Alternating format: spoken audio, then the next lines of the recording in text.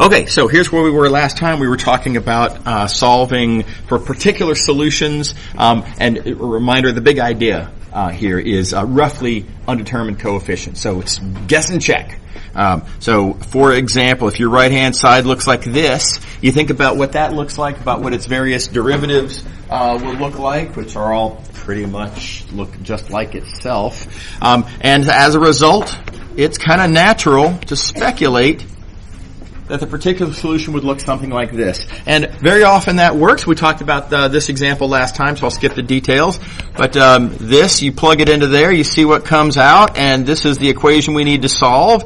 And you can usually solve such an equation, with the exception, of course, of when this matrix here is singular. Namely, when that R, this number right there, is an eigenvalue of A, the matrix right there. Okay, so when that happens, and it's kind of a weird coincidence that being an eigenvalue happens to be the thing that messes that up.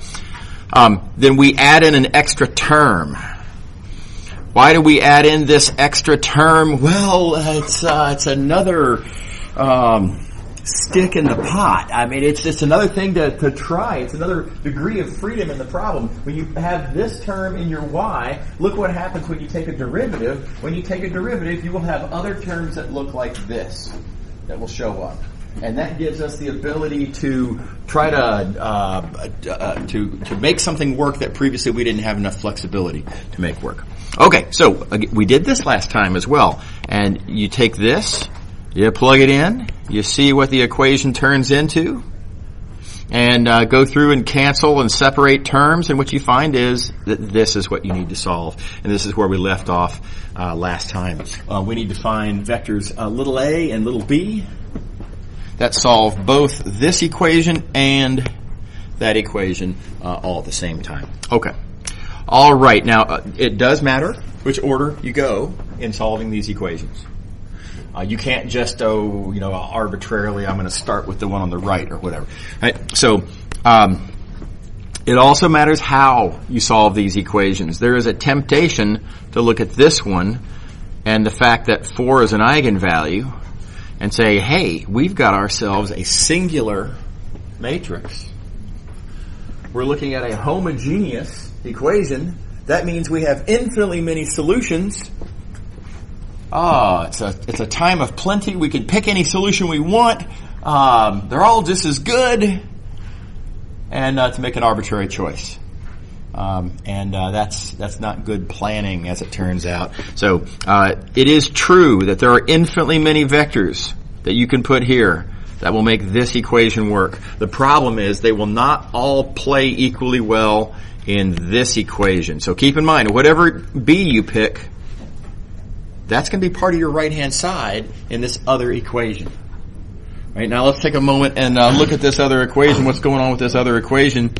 Here we have, again, a singular matrix. Now that was good news. Back here, the fact that this was singular was great. That's why we have a free variable. That's why we have infinitely many solutions.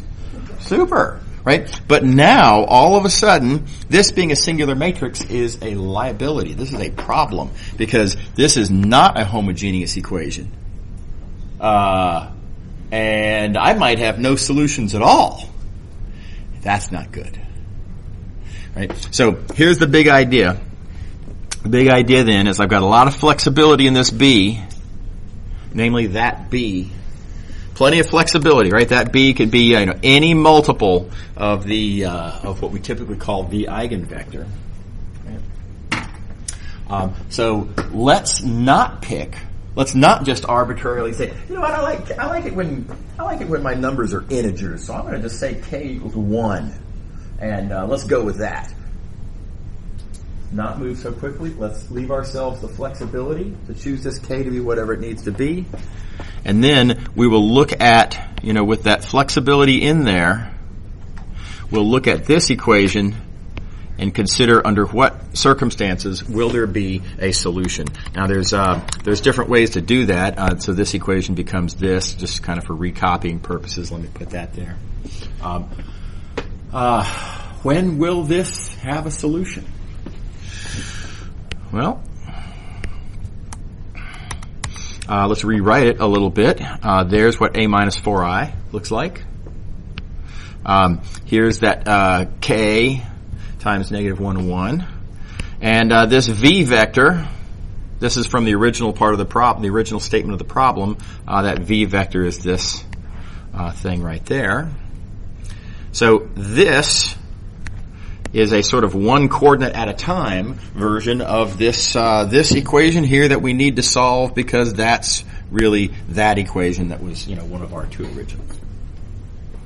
And when you write it in this form, and now there's a lot of different ways that you can look at this, but one easy way to answer the question now, when does this have a solution, is notice that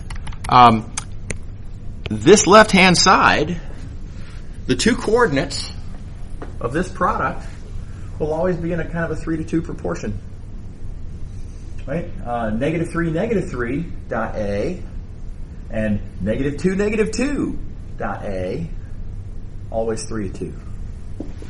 Right? And so therefore, I need for this vector likewise to be in a 3-to-2 proportion. If it is, then we can solve it, and then if it's not, then we can't. So that's the big idea. And having written this like this, you go through a little bit of algebra, and not hard to come to this conclusion that k has to be 4/5 in order for this to work. So k equals 4/5 is essential. Let's see, so this is required in order for this to have a solution, and therefore likewise this same k, that has to be the choice that I make here for that equation. Excuse me. Okay, how are we doing? This algebra is a little bit weird. It's certainly not exactly like any algebra we've done before. Does anybody have any questions about it? Everybody on board? Everybody happy? Yes? Can you go over why, the second equation on the right sometimes won't have a solution? This equation over here? Yeah. Yeah, sure. So this is somewhat flashback to chapter 1, I guess it is. So all that business with singular matrices. And remember, there's lots of different versions of what it means for a matrix to be singular, or what it means for a matrix to be non-singular, sort of complementarily, right?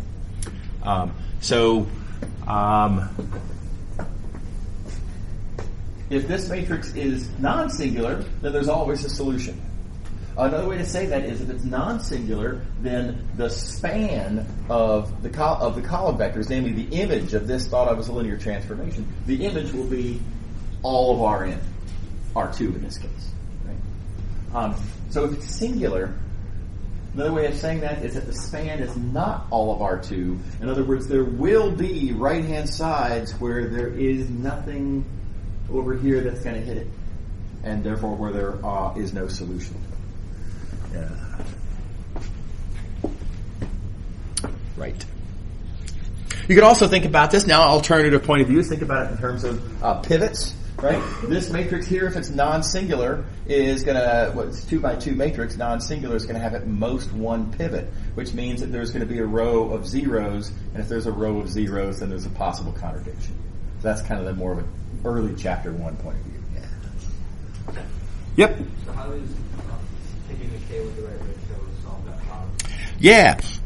So what that does is that allows us to manipulate this right-hand side, right? So the fact that a minus 4i is singular means that sometimes there will be no solutions.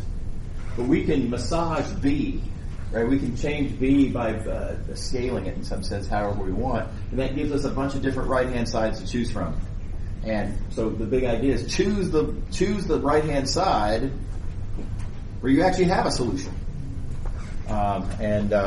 That's what we were doing all the way down here. We pick the right k that makes this work so that will work,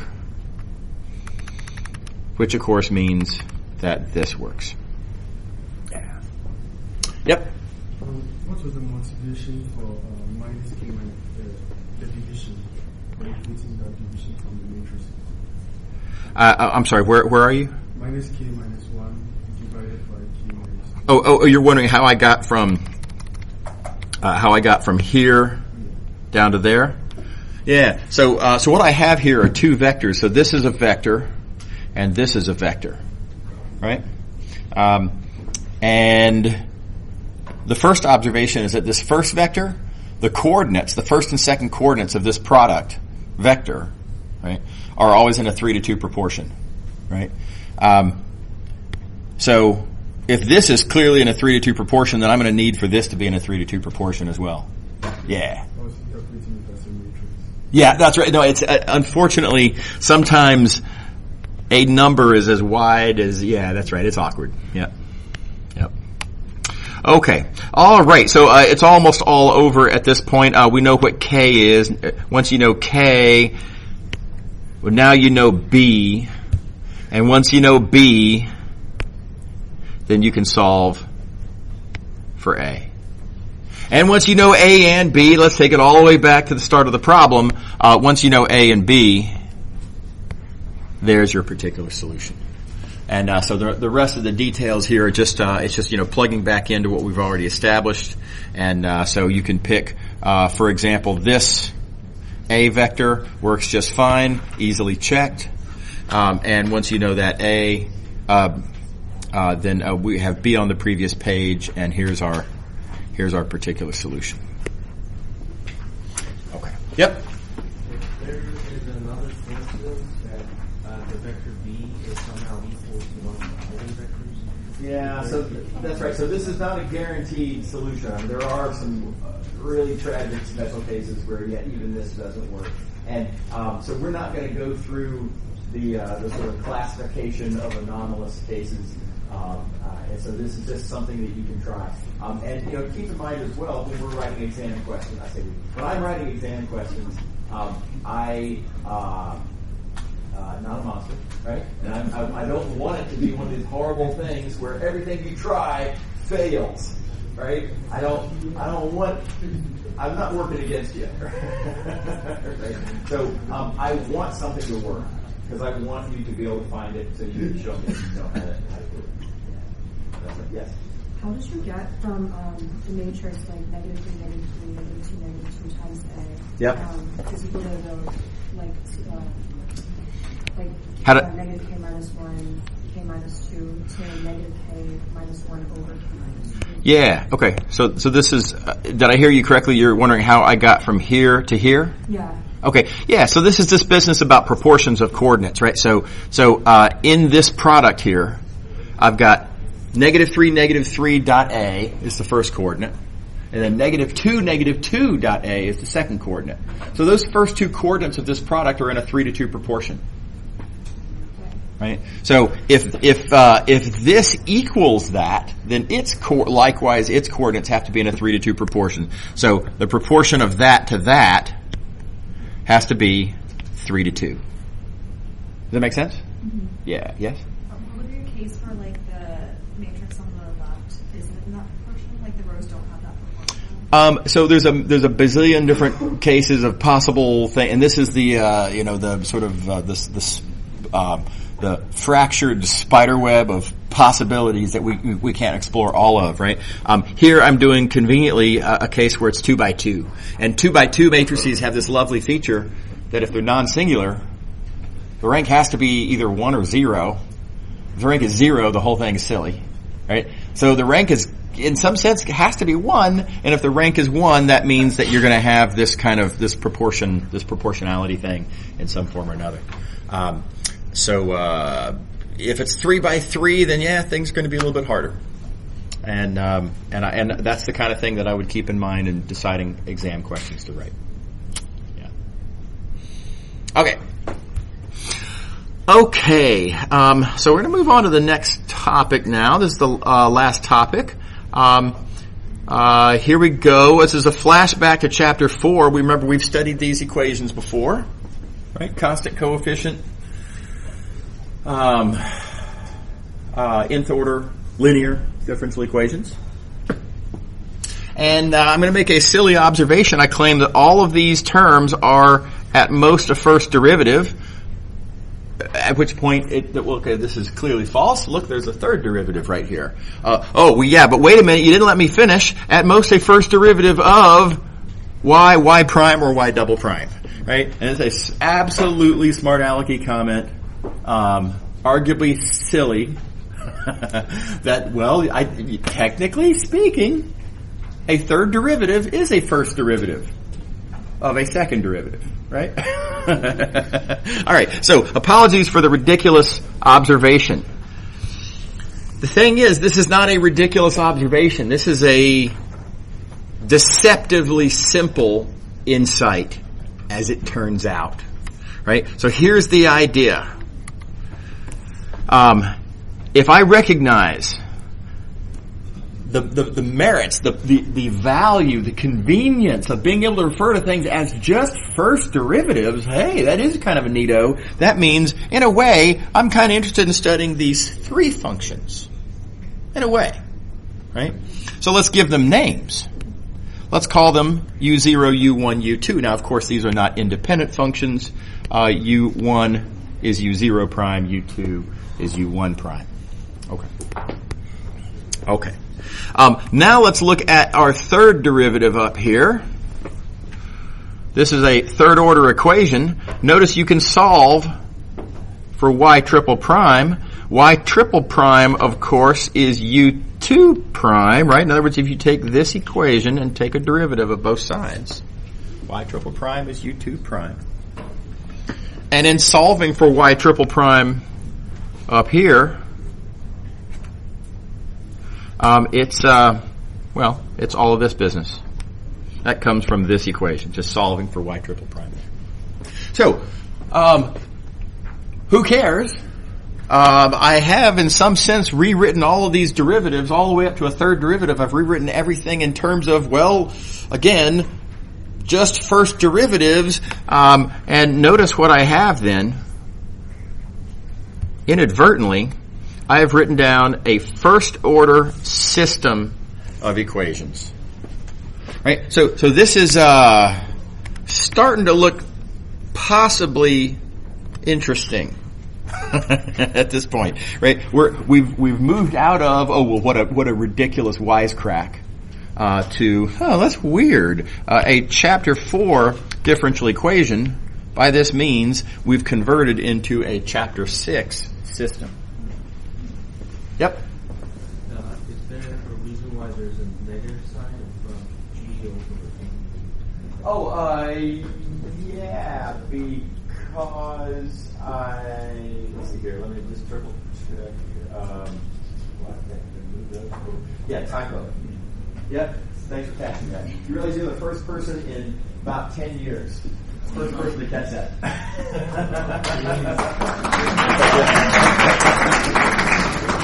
Okay, so if you didn't catch that, good thing the TCE's already in, huh? This should be that should be a plus. Okay. So why do we care?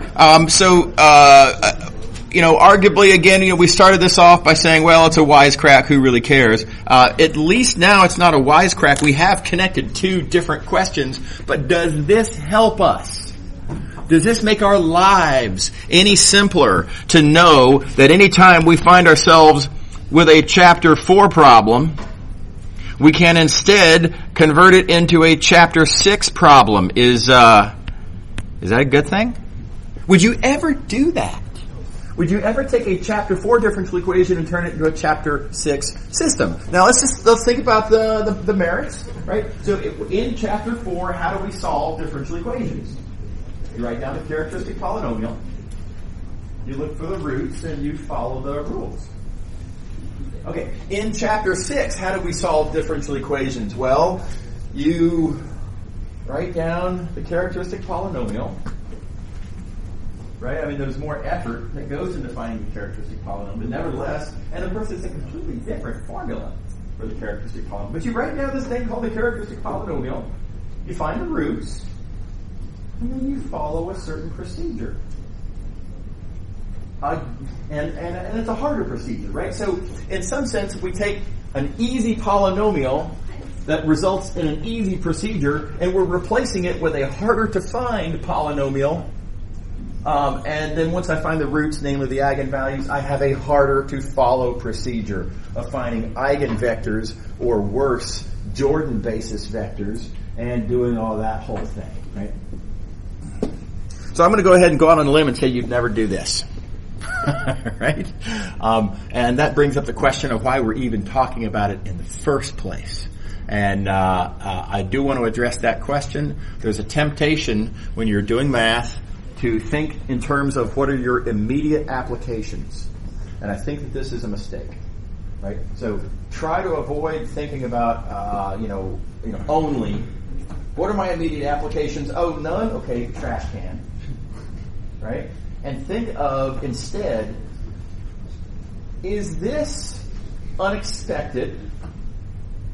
If it is, well, I don't have an immediate application for it, but if it's an unexpected true fact or an unexpected connection some way or another, there is the potential that at some point in the future it might be useful, and I just don't know how yet. Right? So, anyway, for your consideration. All right. Now, let me go ahead and give away the game. We're going to find a tremendously valuable application for this strategy very soon. And, of course, it has to be very soon. We have 12 minutes left in this semester. Right? Okay. So I want to a quick aside first. The really surprising fact, I think this is just stunningly surprising, but if you convert, as discussed on the previous page, a Chapter 4 differential equation into a Chapter 6 system, if you take that Chapter 4 equation and write down its characteristic polynomial, if you take this matrix and write down its characteristic polynomial, stunningly, these polynomials will be the same.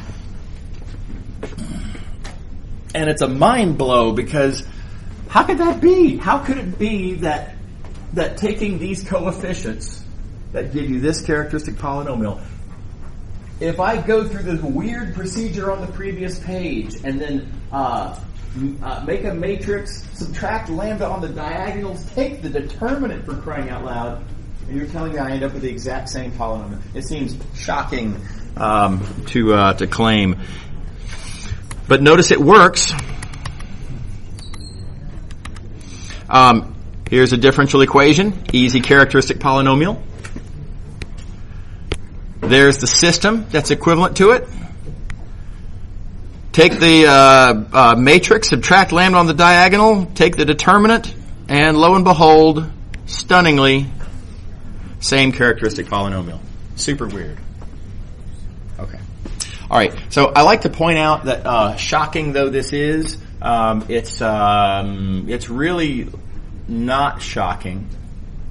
At a glance, it's shocking, but until you think about it a little bit more deeply, and I think it's nice for students to have this idea.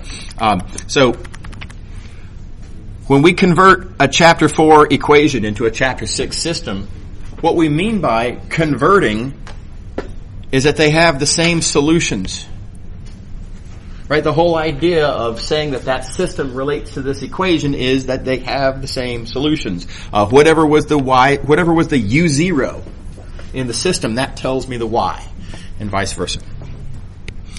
Well, where do solutions come from? In both cases, solutions come from roots. So if these two math problems have the same solutions, those polynomials have the same roots. Where do roots come from?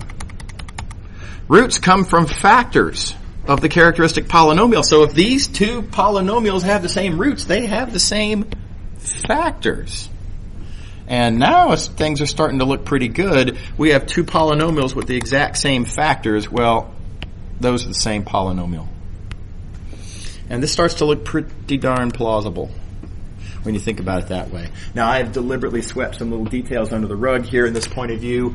What if there's multiple roots? The solutions when there's multiple roots. Well, there's a whole story there about extra factors of x. And if there's multiple roots in the system case, that means that there's an eigenvalue with a multiplicity, and you might have multiple eigenspaces, and there could be a Jordan steal, and there's a whole story there, right? But roughly speaking, that's just details. Big picture, I think this makes it very plausible that this should work out. And if you do go in and get your hands super dirty and check all those details, it does work out. Okay. All right. Okay, so let's go back to the question now of, a very important question, which is, who cares? Right? I can convert that into this. Why on earth would I ever want to do such a thing? Why does this make my life easier? And the answer is not in this question. The answer is in a different question. This strategy applied to a different question is super valuable. Here that is. The question is something we've never considered before. What if we have a system that is not first order? What if we have, for example, a second order system? Right? We don't know how to do this. You can't use Chapter 4 techniques on this. It's a system. It's not an equation. Chapter 4 does not help us. Can we use, given that this is a system, can we use Chapter 6 techniques? After all, Chapter 6 is about systems. This is a system. Well, but everything we've done so far is about first order systems. This is second order. We don't have a foot in the door here. We're dead in the water on this problem, right? Until you go back and you take this seemingly useless idea, right, that we set aside because it's a kind of a weird little curiosity, right? We can apply that same idea here. Whoops, hit the wrong button. Here we go. Same idea. Let's make the wisecracking observation that everything in this equation, everything in this system, is a first-order derivative. Possibly of a derivative, right? But anyway, everything in that system is a first-order derivative of, one of these possible things. The values or first derivatives of y1 and y2. And that being the case, now let's just rewrite the system in terms of u's and saying that these two equations, that's the same as saying u1 prime is u2. These two equations are the same as saying that u3 prime is u4. And with that having been set up, this equation is that equation, and this equation is that equation. And so, now you notice morally this is the exact same idea that we applied seemingly uselessly to an nth order equation. Exact same idea applied in this situation turns a second order system into a first order system. It turned a problem that we don't know how to solve into a problem that we do know how to solve. And that's where the value is. So it's a neat trick. Very valuable and important trick. You can turn a second order system into a first order system. Okay, real quick, anybody have any questions about that? How to do this? Very clever. Wish I thought of it. Yeah. All the best ideas in math are like, why didn't I figure that out myself? Okay. So, hey, by the way, full recognition, these problems that we've turned it into, these are annoying problems, right? And we have a 4x4 matrix, and we're going to have to deal with a quartic characteristic polynomial and find the roots to get the eigenvalues, and we've got to find all the eigenvectors, and it's a whole thing, right? But it's something that we can do. Yeah? Do the solutions for y still resemble the form for CCLDEs? The solutions for, you mean what they actually look like? Yeah. Let me not comment on that because I'm not prepared to be 100% certain in my answer to that.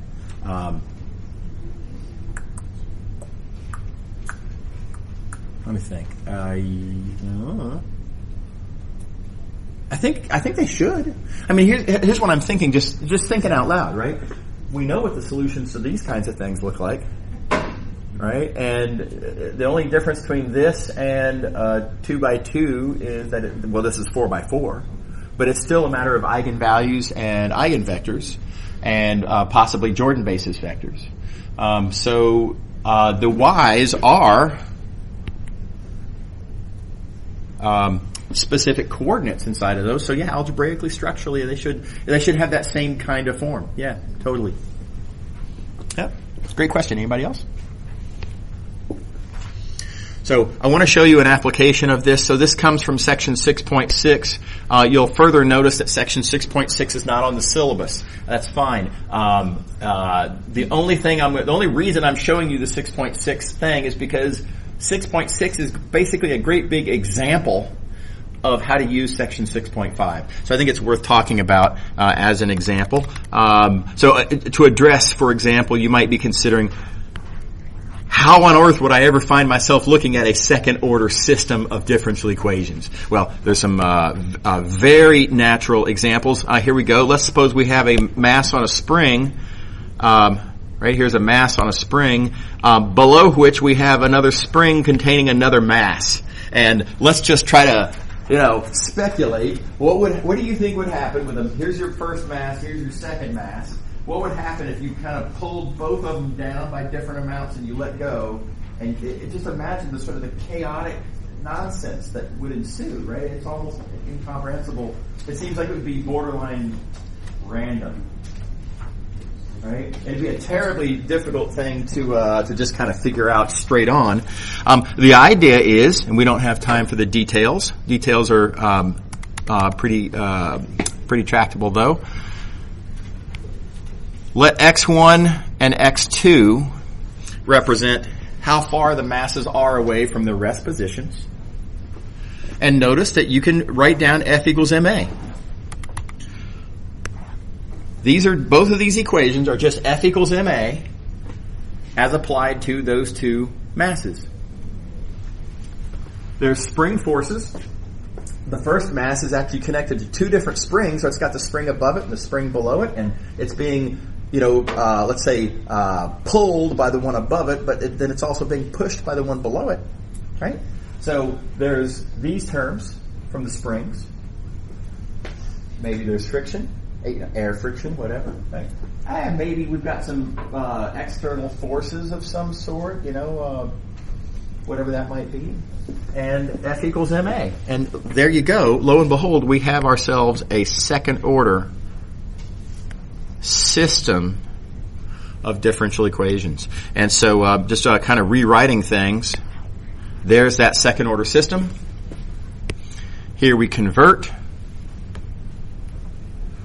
The resulting first order system is this 4x4 system. And again, I recognize that is a little bit of a bear to write down, and the solution would be inconvenient, but it's totally doable, and especially in the day and age of computers. So, neat fact, we can turn this into a first order system, and here it is in matrix form. The last little bit that I have here, I'm going to go through super fast because it's really not real. Having used this as an example of why we care about second order systems, I just want to point out, what does happen? I mean, with a mass on a spring on a mass on a spring, what's the answer, right? And it turns out that if you consider the special case of no friction, which is a good starting point, right? And no external forces, that's pretty relevant still. The system reduces to this, and you can take a completely different approach to how to solve this equation. You can write the second order system like this, which is not how we rewrote it on the previous page. And then you can speculate, and this is a educated guess. Sometimes you get lucky kind of scenario. If you just speculate that maybe solutions might look like this. And if you take that and plug it in and see what happens, it turns out that it works. And here's what the solutions look like. Again, the details y'all can read on your own. But it's sines and cosines. And so the weird thing is, the mass on a spring on a mass on a spring, yeah, it's going to be doing something real crazy and weird, except if you were to look at one mass at a time, it's a sum of two sine waves, which is going to do kind of like that, right? And the other mass is also doing it. And how they relate to each other, well, yeah, that's not clear, right? But they're both a sum of two sine waves. Ultimately, then, chaotic though it appears at a first glance, it's actually a very well-ordered and organized system. Okay, so I think that's kind of neat. We're done with Math 216. I really enjoyed having y'all in the class. Good luck studying for your final exams. See you on Monday the 16th. See y'all.